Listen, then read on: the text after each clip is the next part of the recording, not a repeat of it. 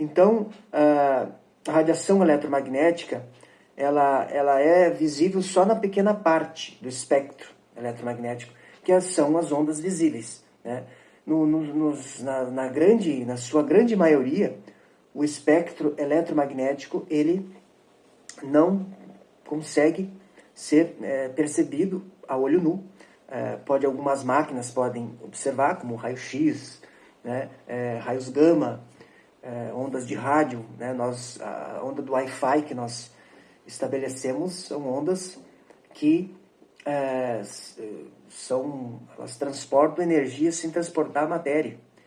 Então, a partir de um campo magnético que é gerado, essas ondas vão interagir com os receptores. E é assim que chega a imagem, o áudio, enfim, né? Então, a humanidade já não vive mais sem. Se a gente disser que a gente vai terminar com a internet, terminar com a eletricidade, nós não sabemos o que fazer, porque é um momento da humanidade com essas descobertas que já não se consegue estabelecer relações sem usar essas conquistas da ciência.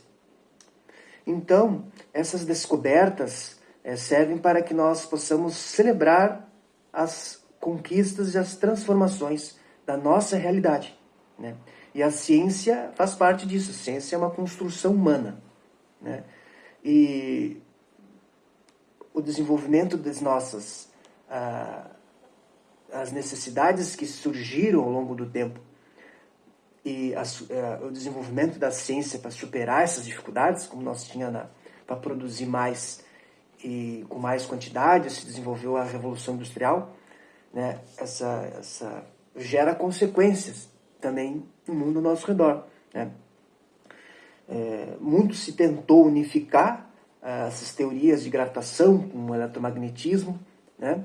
Só que essa unificação só aconteceu com o magnetismo e a eletricidade, que deu o campo eletromagnético. Então, a teoria da unificação, que desejo construir, né, seria muito mais complexa, porque nós temos limites dentro da construção humana. Não dá para sair construindo novos modelos sem testar, porque a ciência ela precisa testar, ela precisa de teorias, ela precisa de comprovação experimental, né?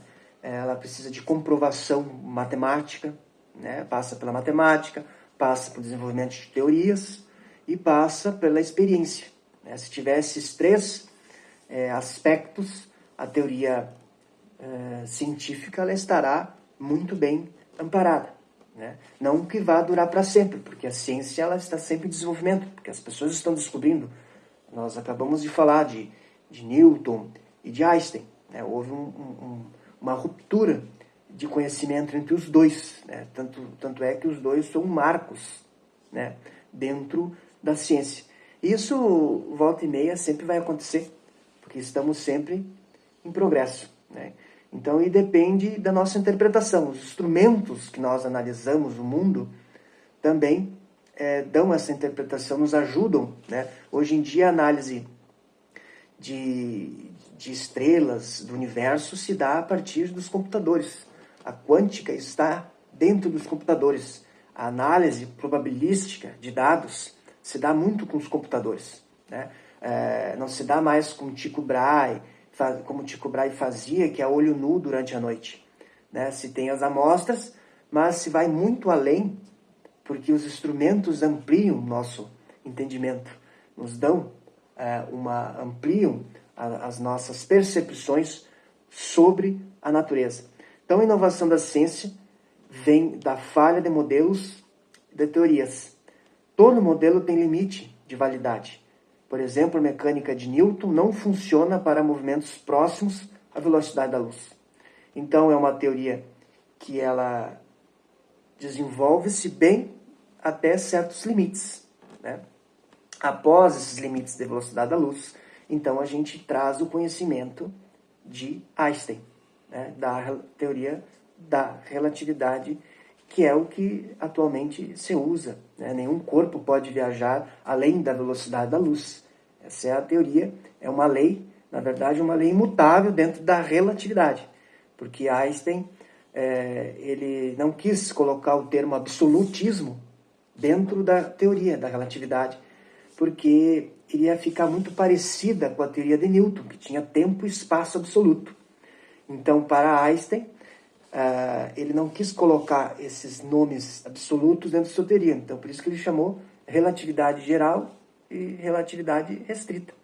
Mas existem postulados que não se alteram dentro da teoria da relatividade, que é a imutabilidade das leis físicas, elas não mudam de natureza a outra, né?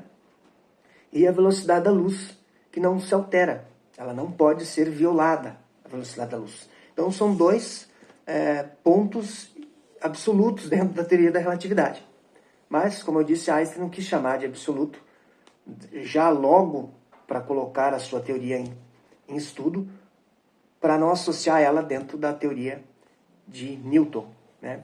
Então é um dilema da extrapolação. Podemos preencher apenas lacunas do conhecimento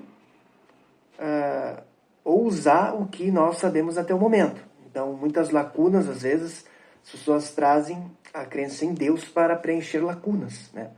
E o Deus relojoalheiro de Newton, como a religião natural de Einstein, traziam essa questão de Deus amplamente e diretamente relacionada com a natureza, né? E a natureza, como nós fazemos parte da natureza, né? Nós devemos nos preocupar também com como nossa interação com a natureza está sendo realizada, né? Porque o futuro depende disso, né? Se nós vamos continuar existindo no universo que nós conhecemos hoje,